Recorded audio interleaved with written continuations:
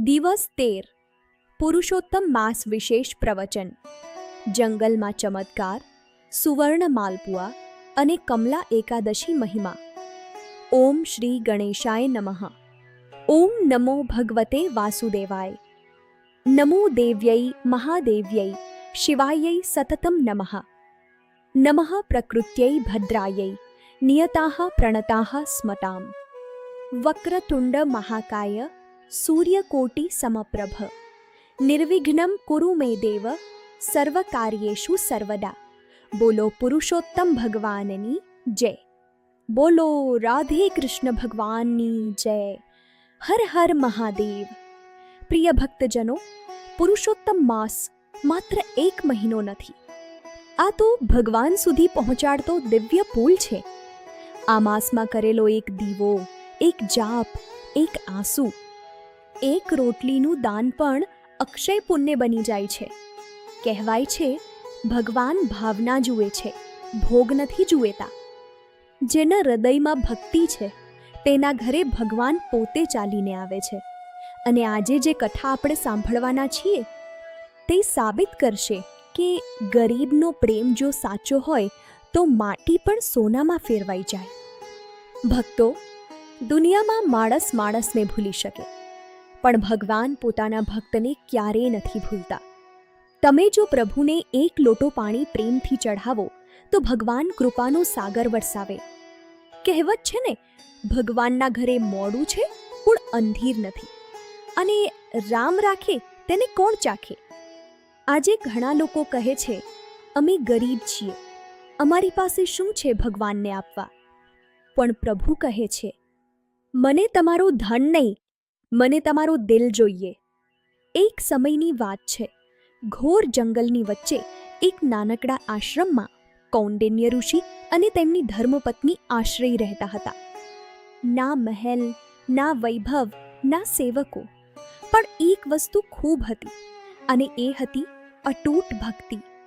પુરુષોત્તમ માસ શરૂ થયો. બંનેએ સંકલ્પ કર્યો, આ આખો મહિનો અમે ભગવાન પુરુષોત્તમની આરાધના કરીશું.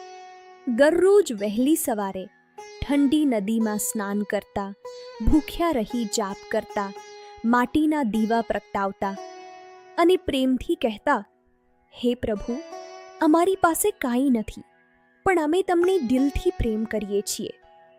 દિવસો પસાર થયા. વ્રતનો છેલ્લો દિવસ આવ્યો. આશ્રયી માતાના ઘરમાં અનાજનો 1 દાણો પણ નહોતો. તેમણે જંગલમાં જઈને જંગલી દાણા વીણી લાવ્યા, પથ્થર પર પીસ્યા, થોડું પાણી ભેળવ્યું અને માટીના વાસણમાં નાનકડા માલપુઆ બનાવ્યા. ભક્તો, એ માલપુઆ ઘીથી ભરેલા નહોતા, એમાં કાજુ બદામ નહોતા, પણ એમાં ભક્તિના આંસુ હતા. આશ્રયી માતાએ થાળીમાં મૂકી કહ્યું, હે પુરુષોત્તમ પ્રભુ, અમારી ગરીબી માફ કરજો. 56 ભોગ નથી, આ ગરીબના માલપુઆ સ્વીકારજો. આટલું કહીને તેઓ રડી પડ્યા. ભક્તો, જ્યારે ભક્ત રડે છે ને, ત્યારે ભગવાનનું હૃદય પણ પગળી જાય છે. રાત્રિ વીતી ગઈ, સવાર પડી, પંખીઓનો કલરવ થયો. ઋષિ દંપતી જાગ્યા અને જે દ્રશ્ય જોયું તે જોઈને તેમની આંખો ફાટી ગઈ.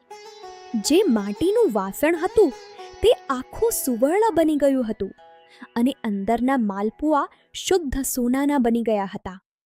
જય પુરુષોત્તમ ભગવાન. ઋષિ દંપતી રડવા લાગ્યા, હે પ્રભુ, તમે તો ગરીબના ઘરમાં પણ ચમત્કાર કરો છો. તેમણે માથું ઝુકાવી દીધું. ભક્તો, આ કથા આપણને શીખવે છે, ભગવાનને મોંઘા ભોગની જરૂર નથી, ભગવાનને શુદ્ધ હૃદય જોઈએ. જે ભક્ત આજના દિવસે ઉપવાસ કરે, હરિનામ જાપ કરે, દીવો પ્રગટાવે, તેના જીવનની દરિદ્રતા ધીમે ધીમે દૂર થવા લાગે છે. જે ભક્ત આજના દિવસે ઉપવાસ કરે, હરિનામ જાપ કરે, દીવો પ્રગટાવે, તેના જીવનની દરિદ્રતા ધીમે ધીમે દૂર થવા લાગે છે. એકવાર એક ગરીબ બ્રાહ્મણ હતો. ઘરમાં ભોજન નહોતું, બાળકો ભૂખ્યા સૂતા, પણ તે કમલા એકાદશીનો ઉપવાસ ક્યારેય છોડતો નહોતો. એક દિવસ રાત્રે ભગવાન વિષ્ણુએ સ્વપ્નમાં દર્શન આપ્યા. કહ્યું, તારા ઘરમાં ધન નહીં પણ ભક્તિનું વૈભવ છે. હવે તારા દુઃખ દૂર થશે અને થોડા જ દિવસોમાં તેના જીવનમાં સુખ, સમૃદ્ધિ અને શાંતિ આવી ગઈ. ભક્તો, કમલા એકાદશી માત્ર ધનની નથી, આંતરિક શાંતિની એકાદશી છે. આજે એક દીવો જરૂર પ્રગટાવજો. એક ઓમ નમો ભગવતી વાસુદેવાયનો જાપ જરૂર કરજો. ભગવાન તમારું કલ્યાણ જરૂર કરશે. જીવનમાં ભક્તિ, શાંતિ અને સકારાત્મક ઉર્જાનો અનુભવ કરવો હોય તો હંમેશા જોડાયેલા રહો રાધા શિવ ઓરા સાથે. અહીં મળે છે ભક્તિની શક્તિ, ધર્મનું જ્ઞાન અને જીવન બદલાવી દે એવી દિવ્ય પ્રેરણા. રાધા શિવ ઓરા, ભક્તિના માર્ગનું દિવ્ય પ્રકાશ.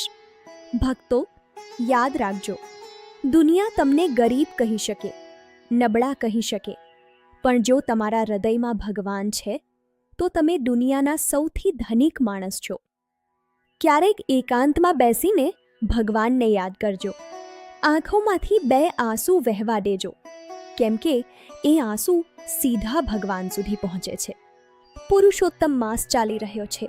જેટલું બને તેટલું ભજન કરજો, દાન કરજો, માતા પિતાની સેવા કરજો અને કોઈનું દિલ ન દુભાવજો. ભગવાન જરૂર કૃપા કરશે. હવે આ સુવર્ણ માલપુઆનું આગળ શું થયું, ઋષિ દંપતીએ તેનો શું ઉપયોગ કર્યો અને ભગવાને આગળ કેવી લીલા કરી, તે આપણે 14મા દિવસની કથામાં સાંભળશું. ત્યાં સુધી હરિનામ લેતા રહેજો, ભક્તિમાં જોડાયેલા રહો. બોલો પુરુષોત્તમ ભગવાનની જય. બોલો કમલા એકાદશી માતાની જય. રાધે રાધે. નમઃ પાર્વતી પતયે. હર હર મહાદેવ.